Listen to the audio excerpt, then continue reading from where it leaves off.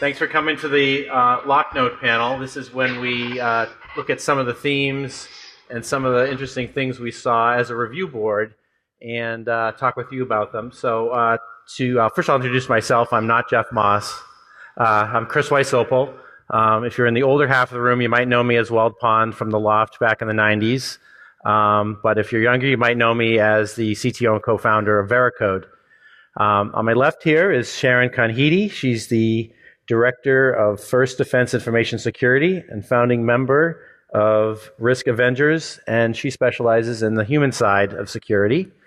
On my right here, I have Andreas, Lindh, who's a vulnerability researcher and consultant at Recurity Labs. And on the end here, I have Shawn Moyer, who is founding partner of Atreides Partners, a research and software security consultancy.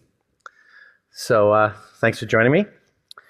So I just want to start off with, I think, we had two very interesting keynotes, very different keynotes, that kind of set the stage for a lot of the thinking that I had during the conference. And, Chris Painter came up and really talked about how, what we've all been doing here for many, many years is not just a technical problem. It's now governments are worried it's a political problem. We saw that in the elections.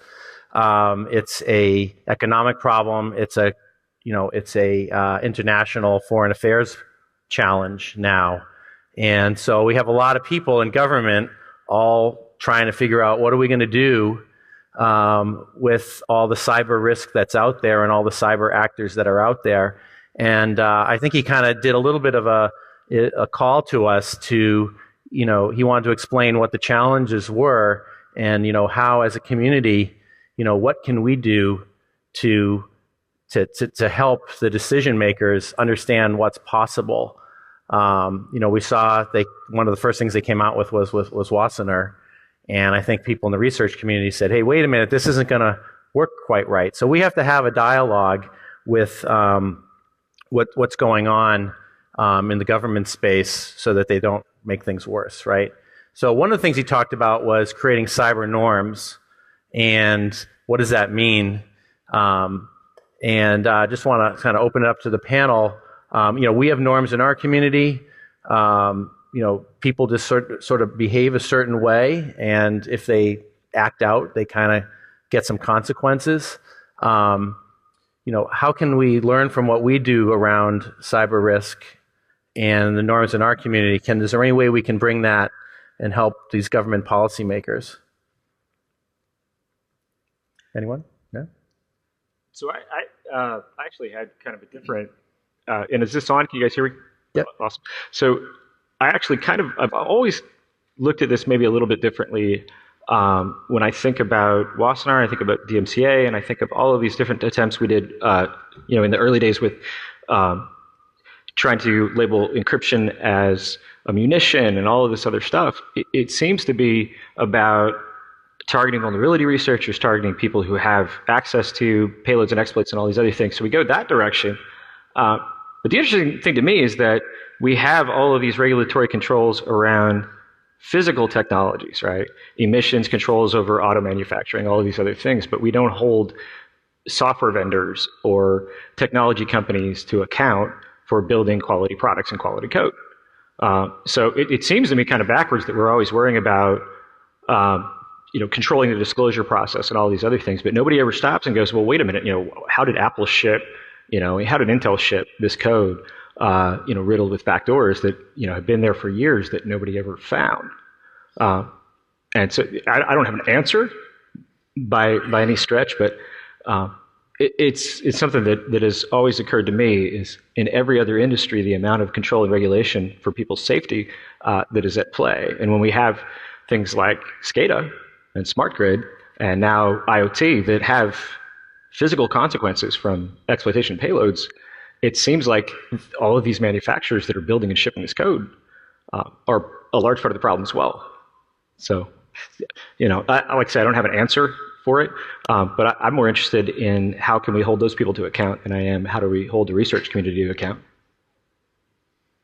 Andreas, Sharon, do you have any thoughts? What would you tell policymakers, if you could, to help this new world we're living in where cyber has such a bigger impact?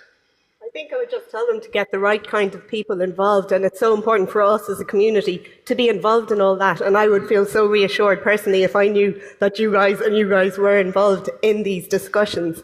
What's worried me recently is a UK MP, for example, tweeted last week that she regularly shares her password with everybody in her office, including foreign interns. Which makes me kind of worried. You know, you've got government people who are responsible for setting these policies, pretending, in some cases, that they are concerned about cybersecurity, and on the other hand, they're doing these really, really stupid things. So I just really want us as a community to be involved and let them know what they're doing wrong and what the threats are that they're facing so they get a better understanding of it. And I guess one of the things we need to do then is to explain it to them in terms they understand. I think this also has to do a lot with that both vendors and us as security people, we don't always have the... we want to do much more than we're allowed to. We're not always given, the right circumstances to do a good job. The same thing with developers who are, constantly told to push code. And so solutions aren't gonna be built the way that developers want to. They're gonna be built faster. I mean, we've seen this in the IoT space, where first to market is basically all that matters. So this is something that we need to turn around in some way. So, there's no incentives for people to do the right thing. Exactly. The other flip side is if you do the wrong thing, there are consequences. And I think this is a lot of the way that sometimes, the government people think is, look what happened with the Russians in the Winter Olympics. They broke the rules and they got banned from the Winter Olympics. There's consequences for breaking the rules. I just wonder, what are the consequences for breaking the rules in our community or on the international stage? In cyber, it seems like people just get away with whatever. Yeah, I mean, attribution is hard. Breaking the rules in the Winter Olympics is going to be pretty obvious. In cyber, it's rarely obvious. So that's definitely a problem, which I don't have an answer to. But I guess that's why cyber norms doesn't really exist now. Yeah. So, does anyone else have any thoughts on what Chris was saying or consequences? Yeah, not really. I did have the thought on the consequences side, right? That as I say, I mean, to Andreas' point too, it's very difficult. Not only for attribution, but the same token. So let's say I, as a vulnerability researcher, identify zero-day and also my firm does that all the time, right? We find zero-day in products for the purposes of performing security research for somebody, and we're sitting on this vulnerability that we identified. We go to our client and say, we found this zero-day in this firewall or antivirus product or whatever it is, and it's really up to them whether they want to do anything about it or not, because it's their property. We did the engagement and it belongs to them.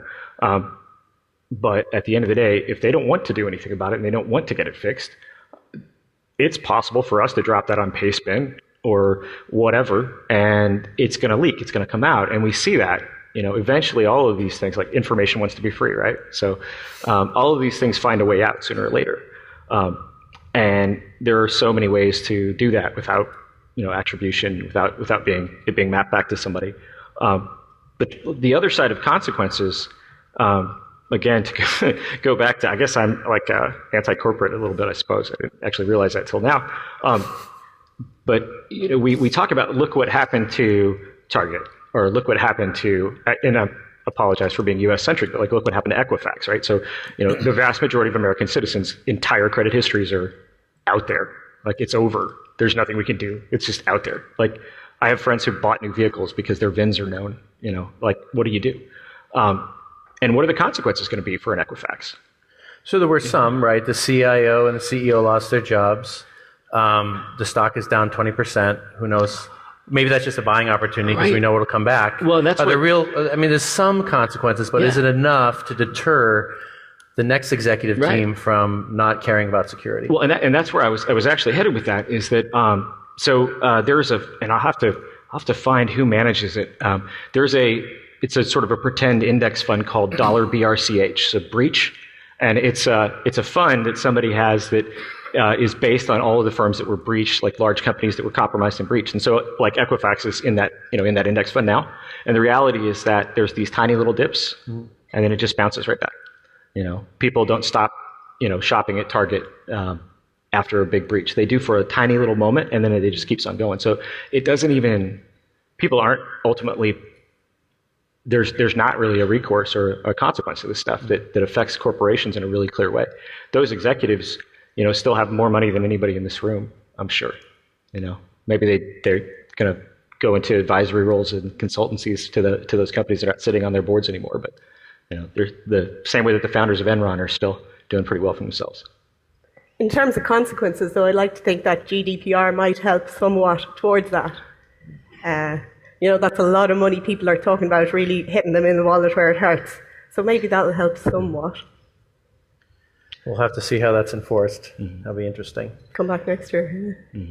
So I want to talk a little bit about Joanna Rutkowska's talk this morning, which I thought was very interesting. Some really kind of interesting different ideas. We talk a lot about minimizing attack surface, the concept of least privilege, and she's really bringing that concept to the concept of trust, which is, minimize the things you have to trust, helps build a trustworthy system. That seems to be the constant problem. Like, we can't trust our hardware. We always find out there's yet another chipset in there with firmware that can be backdoored, or we can't trust software, both because of backdoors and because of the amount of bugs that's put into it. Maybe we can't trust our admins. And then, so you look at a lot of the things that people talk about here at Black Hat, and it's all the things that are broken, right, in protocols and things. So, I think there is some merit to trying to, both on the side that you're talking about, Shawn, like how can we force people to sort of make more trusted systems, but at the same time, maybe we just need to trust things less. I mean, there's sort of a duality there, and maybe we have to work both sides of the equation. Yeah. I don't know if you have any thoughts there. Yeah, one of my main takeaways from this conference was the hardware talks, more specifically the Intel ME talks and the EFI talk. And it's pretty obvious that those kind of subsystems, which are running like highly privileged, if that's compromised, we really have no idea if that has happened. I mean, there's no way for us to actually detect that using like traditional security tools. So I agree with Joanna that, if that's how it's gonna be now, and there is nothing that indicates that it's not gonna be. So we're gonna give up on the trusting the hardware? No, yeah. It's gonna be really hard because there are so many ways. Someone could compromise the supply chain, or the vendor could add something like Lenovo's Superfish thing, which was like a pure software backdoor. That could have easily been done in hardware, and it would probably not have been found for a very long time. So that's also something. There are so many ways that you can compromise hardware, and it's so hard to find. I think it's funny. I think back to Joanna's research, years ago with the blue pill stuff as well. In that, at that time it was a really novel kind of notion to say, if you were inside a VM, how do you know that where you are. Are you actually, where is this code actually running? You don't really, there's certain fundamentals that we trust at the beginning of a conversation about security, right? And I often end up sounding like the crazy conspiracy theorist. Like, how do you know that the CA trust chain itself is actually valid? But yet we've seen rogue CAs. We've seen numbers of different, high-level compromises at that level of like a Komodo or whomever that meant that the fundamentals of trust that we were trusting SSL, which would, that's always the argument. Well, we've got encryption, we've got PKI, we've got this or that. And then you have to step a layer back from there. And when you get down to, we don't actually know if we trust the boot chain itself, and we don't fundamentally know if we trust the driver firmware that is burned into a device or a mobile devices. Like we gave a talk about this last year, that, mobile devices, people don't really understand that effectively Hexagon is a your baseband on a mobile device is kind of its own operating system with its own attack surface and network services and all of these other things. And your bootloader is effectively an OS. UEFI, is eventually going to, become sentient and create Skynet. Like it does so many things. Like it doesn't even need to do, right? And there's sort of the Moore's Law problem. That embedded systems become more and more complex because we have the ability to make them more complex. There's usually not even a good reason other than devs like to write code, and they just continue to write more code.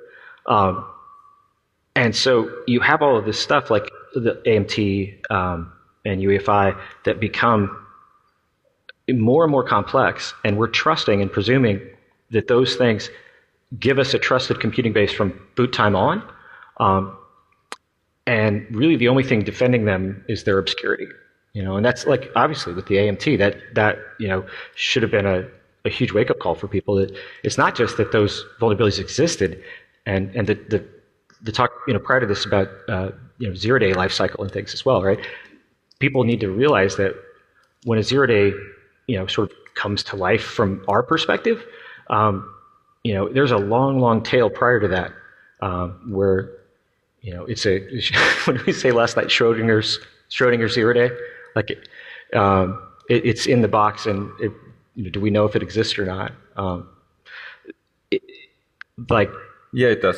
Yeah, and so it's not the fact that AMT happened or that Apple VNC bug happened. It's the fact that it was there for years, and all of that time that we felt safe and secure using a system that booted off of that hardware. It was insecure and untrustworthy that entire time. Someone probably knew. So I want to add just you mentioned rogue CAs. Mm-hmm. Like this is not really rogue CAs, but there's quite a number of governments who are actually trusted CAs, and I mean I don't really want to put that kind of trust in like any governance. That's the entirely wrong place for that. So there's a lot of like broken by design here too. So Sharon, what do you think about the idea of applying some of the concepts of like, not having to trust things to the people side? Like we have to trust our admins, we have to trust our security guards, do we really want to do that? Do we want to trust our users to do the right thing? Yeah, sure. How can you apply this to the human part? I mean, it's a huge challenge for security professionals now. We can't trust our hardware and we can't trust our end users. And I'll tell you what, it takes a lot of energy not to trust anybody. That's really tough. And people generally aren't willing to extend that amount of energy to not trust in each and everybody that they see. So I'm not sure. You've got to find the sweet spot somewhere, that makes each organization reasonably secure, maintaining a healthy level of distrust, but equally being a fun place, a nice place to work, where people actually want to work and enjoy going to work each day, and that is really, really tough. So,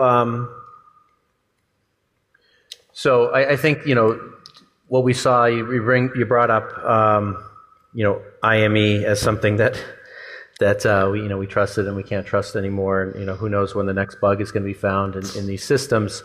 A lot of the talks that I saw, like Blueborn and the Alexa, maybe I trust Amazon to auto update their device, but like think of all the IoT devices out there that, you know, have these bugs like Blueborn, or maybe, you know, they're affected by some of the LTE problems out there. You know, we're raising these issues, but like, how is this ever going to get solved? I mean, to me, the way that I always tend to take these is to go back to first principles. If you look at effectively every security vulnerability somewhere maps back to a poor procedural decision. Effectively, I use the dangerous library, I use the dangerous function, I did something in a, you know, fundamentally this is you know, textbook, poor handling of memory, or you know, this is a classical format string bug. Like we find bugs every day that we give to people that map back to a textbook that they should have read, you know, in school, right? Like these fundamental things that are just principles of good programming practices and procedures, right? And then there are other fundamentals of just good design, right? So building and architecting systems with good security fundamentals and limited attack surface and like all of these things, you have to start finding ways to get that baked in from the outset. And the thing that's interesting is that we've told people for a long time that the answer is security updates. That like if you can get updates, that'll solve it. And now we have these devices, and this is we've been talking about this for years with the smart grid. Like when smart meters, and we talk, you know, the Blueborn stuff. And in reality, there are plenty of smart meters that talk Bluetooth. There are plenty of smart home devices and AMI related devices that talk Bluetooth. The reality is that the vast majority of those devices in consumer use are designed with a 15-year lifetime. And I've had conversations with utilities where a patch cycle is 3 to 6 months time. You know, that's how long it takes. And eventually the last mile of those that don't get updates properly automatically, you have to drive out and roll trucks out and physically go out there and try to fix these devices. But we're now building that with smart devices. Thousands times 1,000, you know. All those smart devices have a long lifetime, right? Yes. You're not going to change your door locks all the time, or your garage door opener. I mean, and I'd say that they may not be being more consumer centric. Maybe they're not designed with a 15-year lifetime in mind as much as the utilities, build them that way. But I'm sure that 5 and 10-year lifetimes are not unexpected at all. I have a 10-year-old TV. Sure. Yeah. Right? Yeah. I suppose 5, 10-year-old TV. Probably most people here do that. It's terrifying to me that like you buy a new television now and the first thing it wants to do is like get on your Wi-Fi and update itself. And so, I mean, can we solve it with some sort of incentives, or do we have to go to regulation and certification of all this stuff? Because, you know, industry doesn't like that. It's going to slow it down and, you know, potentially make it more expensive. I know what your AdStack co-founder thinks, right? I mean, I think that is the future. I think that something like CyberUL and certification labs for these things. I mean, as I said before, there are all kinds of regulatory rules around building a piece of electronics that talks, 220 volt AC current. You don't eat paint. Like you can't do these really dumb things with it. I don't know how we enforce that for devices, but I think it's going to come back and bite us. So I think it is coming, though, and the EU Commission has said we're going to certify, ICT. Mm-hmm. What the scope of that is and what the certification means is up in the air. So, I mean, this is going to be a conversation over the next couple of years, and somehow we have to help them do the right thing. Mm-hmm. I also think that we tend to get really maybe make a bigger fuss than necessary about a lot of things. We talk about IoT like it's like this homogeneous thing, which it isn't. Like your Wi-Fi connected toothbrush getting hacked isn't really that big a deal. and we tend to like think that Unless everything should apply to everything. Unless it DDoSes your locks and you can't get in your house. Yeah, I didn't think of that. Yeah, that's a good point. I take everything back. It's No, a hard point, yeah. but so what I'm saying is that maybe we should prioritize a little bit better too. Risk help, matters. Yeah, and actually kind of like not just treat IoT as one thing, but actually like have one risk rating for this kind of device and one risk rating for this kind of device. Yeah. Well, and I think that a lot of that, that is where we have a hard time getting our message across to people, because our world, well, and unfortunately, we live in a 24-hour news cycle that's driven, by whatever is headline grabbing and all of that kind of stuff, and this more rational conversation about exactly what risk there is at play, or what the actual consequences of a vulnerability is not nearly as interesting as like a cool demo or a backronym to name the vulnerability so that you can get headlines. And we don't have any kind of way to really convey that to people, and say there is a huge difference between this firmware in a implanted medical device or, as you say, in a toothbrush. And we don't have a simple framework of reference for that. We're still trying to figure out how to define these threats. It's changing so fast. Yeah. So I think with that, I'd like to open it up to some, questions from the audience. We'd like to hear, your thoughts. What did you think was interesting at the conference, or what you have a question for the panel about what we thought about something?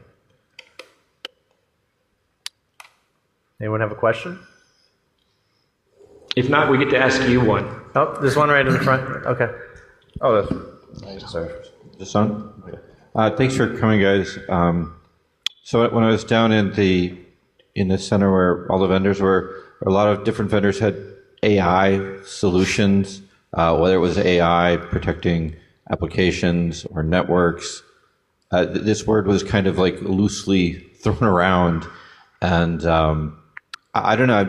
You guys seem to have a lot more expertise in this. I just wanted to get your take on like, what does it mean when somebody says AI and neural networks to you, and what questions would you want to ask a vendor? Because right now it's very fuzzy whether AI is an Access database that I'm just querying, or whether AI is neural networks with fiber. It's just very fuzzy what they mean, and what are some good questions we can ask vendors to really understand what that means to them. I have a more general observation of that, of the whole AI, machine learning. Those are not the same thing, but it tends to be bundled. I think we're running the risk of like that sort of technology becoming the next antivirus, which is like no one is going to know how it actually works, but you're going to buy something from someone, and you're going to put it in your data center, and it's going to do all sorts of stuff that you have no idea about, which is what antivirus was for a very, very long time. And that is kind of, there is a lot of like AI research, and we had some pretty interesting submissions on that too, but it's nowhere near where you can go and like see a talk on it and then take something with you home and start applying it. It's like that whole area of technology needs much more like transparency to be interesting, like to be taken seriously. So is that what you'd say to the vendor? Is like, tell me actually what's going on here? Don't just say it's... Show me your show me algorithms the work. or go home. Yeah. I just unsurprisingly, my take on this is a little bit cynical, but the thing that I will sometimes get my tinfoil hat on and say, like the birth of the antivirus industry, the patron saint is the good gentleman John McAfee, who some of you actually know your history, know invented a virus to create headlines and get everyone to buy his product. Was it the Mona Lisa? Is that right? Something like that, or Michelangelo? But yeah, went on the went on the news and told everyone it's going to be this terrible virus, and it's that kind of ambulance chasing and that kind of just. I've tried to be more diplomatic than I want to be. This entire, the entire information security product industry is really about, by and large, about selling a simple solution to a complex problem, and telling people that they can take something that should be a human problem that requires really smart people like the people in this room to solve, and telling them instead of hiring those really smart people to solve these hard problems, they can spend that same amount of money on a product, which is easier. You don't have to feed it or give it healthcare or anything else. But the reality is that so many corporations I talk to spend more on security products than they do on their team, and the products don't make them any safer. And I swear I'll keep it short, but I did a red team once of a healthcare organization, and it resulted in mass compromise as part of this red team. And as part of the outbrief, they said, "Do you think that antivirus and intrusion detection technology would be helpful?" And I said, "Well, it could. You need people to look at the logs on your IDS and, read them and things, but it's a good start. What kind of IDS do you have?" And they said, "Well, we have Snort." And this is not a diss on SourceFire. I like those guys. They make a nice product. They said, "Well, we have SourceFire, and that's what we're using." And I said, "Well, what model do you have? Let's take a look at your data." And they took me into a room and they showed me a box or a stack of boxes that were IDS appliances that they bought 2 years ago that were now expired and out of support and no longer, that they'd never installed because they didn't have anyone to install them. But they went to a vendor expo somewhere and got convinced that, machine learning or artificial intelligence or something or other was going to make them safer instead of having smart people to look at their logs. So AI and all these things are great as a tool, but they're only as smart as the person who has the tool. I guess that's my larger point. I think it's really been plugged as something that can help with the massive skills shortage that we're facing at the moment as well. Yeah. So it's a real marketing buzzword when it comes to that, but we still absolutely need the people to run all these tools. Yeah. Investing in an intern program with a local university would probably get you more return on your investment than buying security products. I'd say. So other questions? Oh, and this gentleman had one on this one. Right. Well, I guess there's one back there. Hello. Hey. They don't like you, sir. I'm sorry. So on the first day of the conference, I went to the Diameter talk, which is the successor to SS7 for LTE and 4G networks.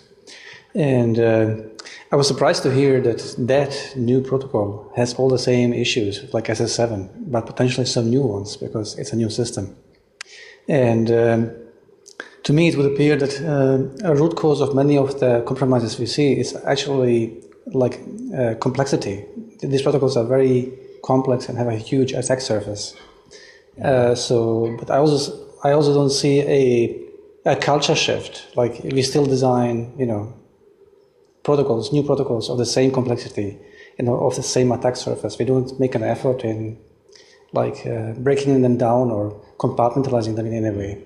So, how can this be changed, or how can we bring change about in this aspect? Yeah, I wish I had an answer, right? Absolutely.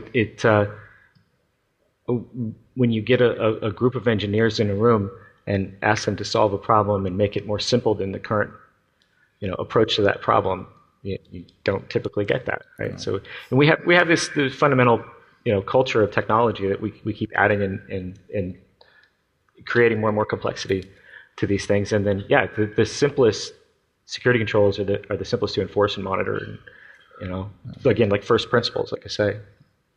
And there's also the legacy issue, because even if you start designing your IoT products in a much simpler way and actually reducing the attack surface, it's still going to run on Linux, and you still got the complexity of Linux to deal with. So, and that's what Blueborn, pretty much that's where the impact of that is going to be, because there are so many systems running Linux, so attacks on that are going to scale pretty pretty well. Good question up front here. Yeah, this is the first person to raise his hand, and he's been waiting patiently all this time. So, I hope it's a good question. No pressure. No pressure.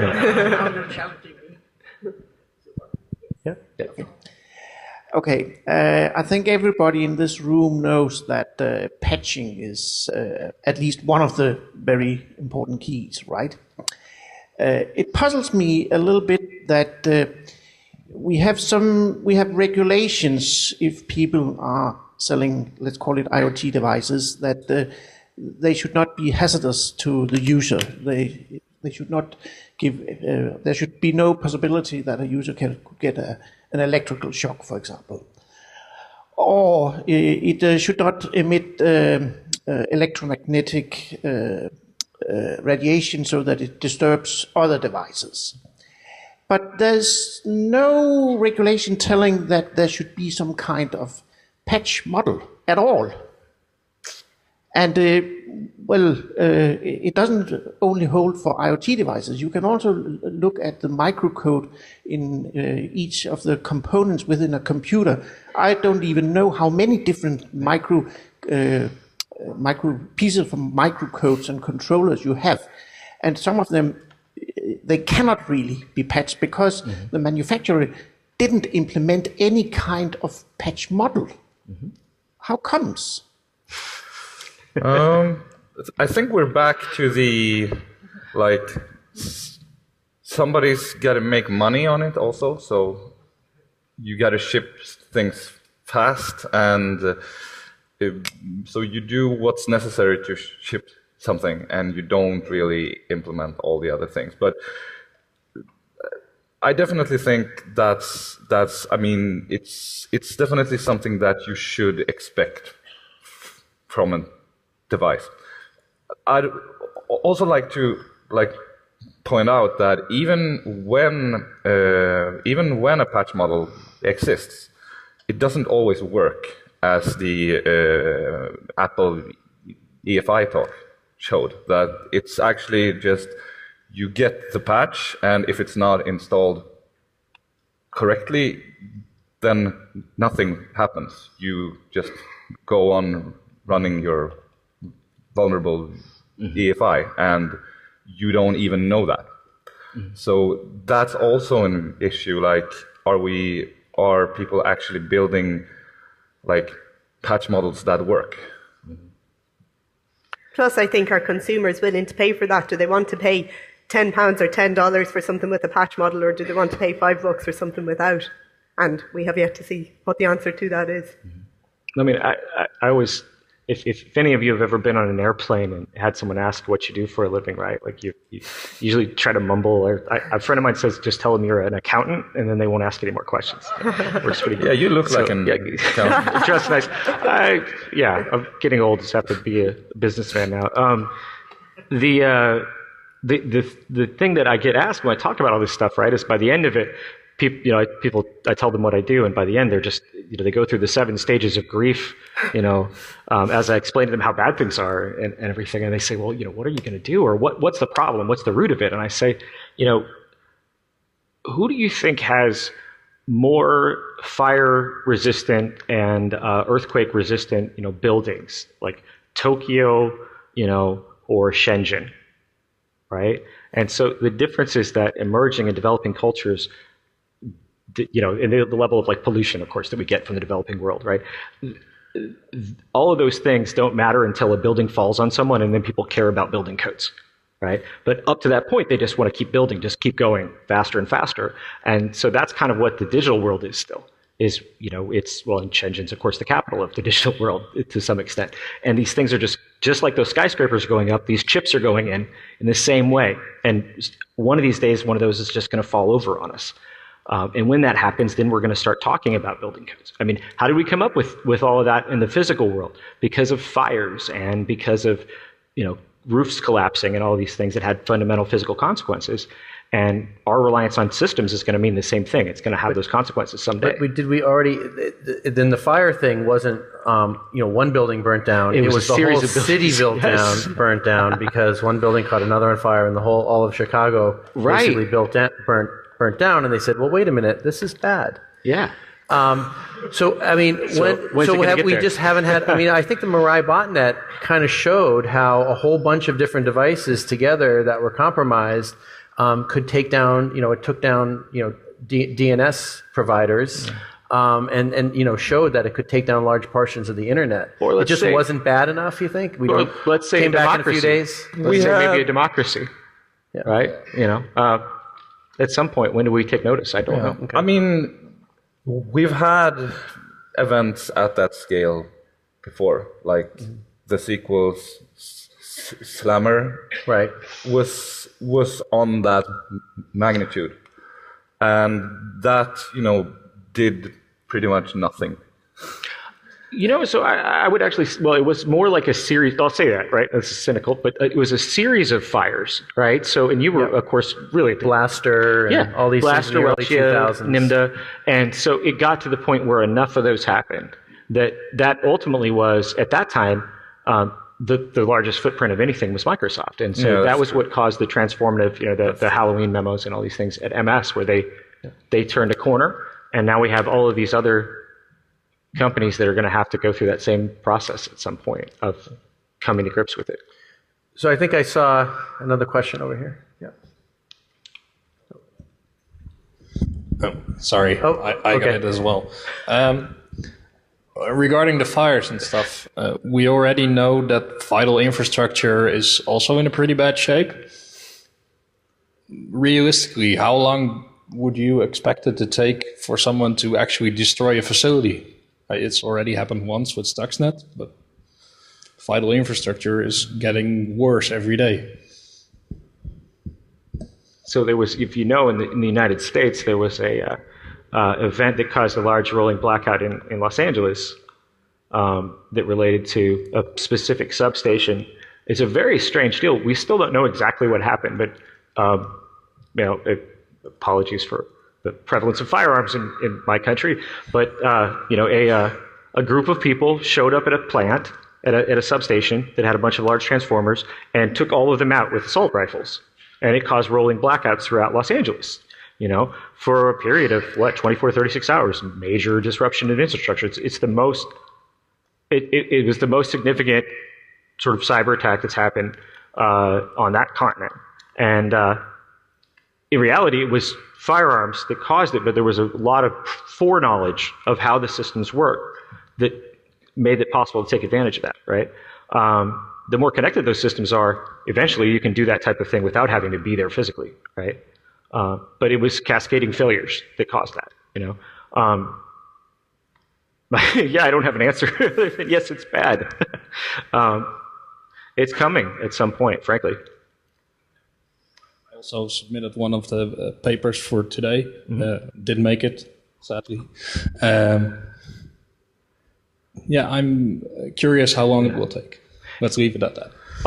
Just to say on behalf of the review board too, please submit to Blackout Asia and US and everything too. And US, yeah. Yeah. Okay. I don't know if anybody else, just to say that because we're sitting up here, right? I mean, the reality is that sometimes it's just luck of the draw. I get asked those kind of questions all the time, and there are great talks that don't make it in. Yeah. And there are terrible talks that do make it in sometimes. It's just no, come on. No, that never happens. We don't. We guard against that. But we do a lot of things to prevent that. But there are sometimes, I tell a lot of people, you might have had a great idea, but there might have been two that were very similar to that vein, and we have to make a decision on the audience or whatever. Yeah. So please keep submitting. Cool. If you're really bad, we'll tell you. We'll tell you to stop. If we don't tell you to stop, keep submitting. So unfortunately with that, we're out of time. I want to thank everyone for coming to Black Hat, and I hope you really enjoyed it, and give us some feedback, what you liked. And please join me giving a round of applause to our panel here.